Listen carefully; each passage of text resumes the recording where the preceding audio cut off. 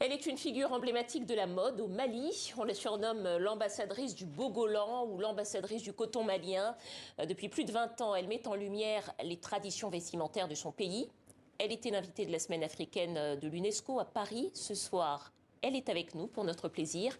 Marietou Mariette Dicot, bonsoir. Soyez la bienvenue au Journal Afrique. Bonsoir. Alors je disais, vous étiez l'invitée de la semaine africaine de l'UNESCO pour 2 défilés de mode dans lesquels vous avez exposé la richesse des tissus traditionnels. On vous a surnommé, Marietou, l'ambassadrice du Bogolan. Est-ce que vous revendiquez, est-ce que vous faites encore vôtre ce surnom qu'on vous a donné? Mais, ce surnom,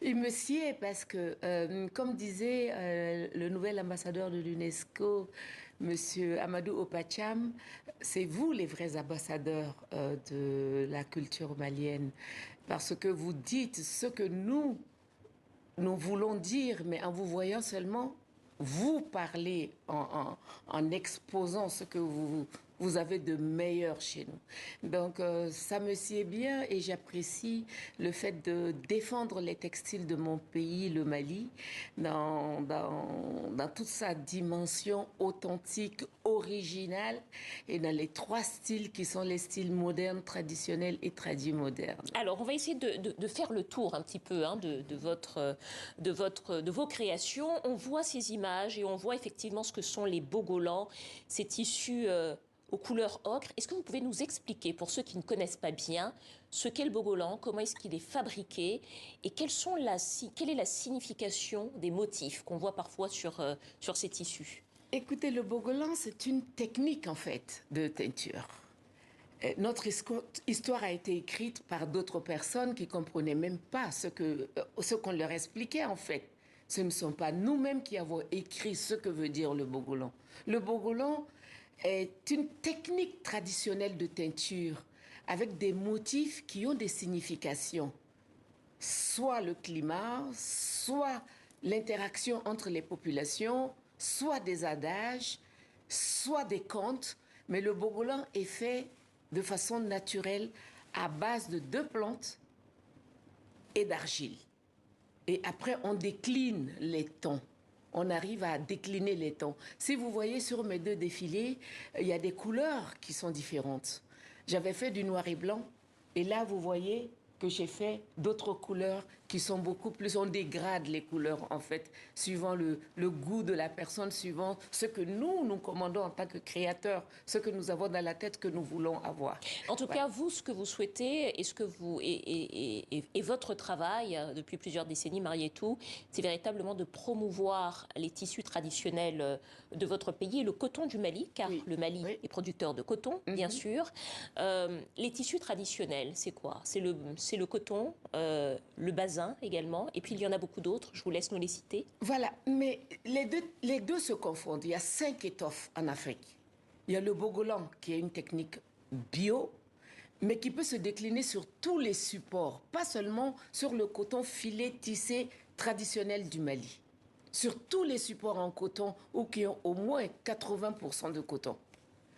Le tissage traditionnel est le tissage en vrai coton filé au Mali ou qui passe par les usines. Le coton passe par la filature de ségouts pour obtenir du fil et il y a du tissage traditionnel.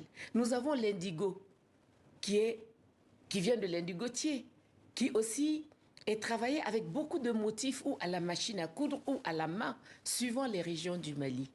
Et nous avons le wax, qui est quand même du coton tissé, qui vient d'Afrique, mais qui est industrialisé quelquefois. Mais il y a 2 usines au Mali, Comatex et Batexi, et il y a la Côte d'Ivoire. C'est-à-dire qu'on retrouve du wax africain, on pas trouve seulement du wax hollandais. africain, pas seulement hollandais, mais aussi avec des motifs traditionnels, du Bogolan ou de tout ce qu'on met sur l'indigo d'Ogon ou l'indigo de Caille. Et nous avons enfin la teinture malienne qui est si célèbre.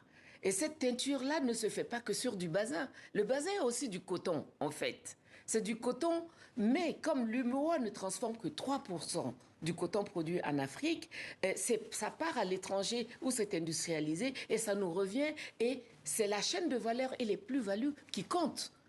La chaîne de valeur est vraiment, et ça devient à nous. C'est comme si on disait on élève un enfant ou on a un animal de compagnie, on l'adopte et on dit qu'il n'est pas à nous. Alors justement, Marietou, vous parlez de la chaîne de valeur, c'est très important. On a expliqué que le Mali était un producteur de coton.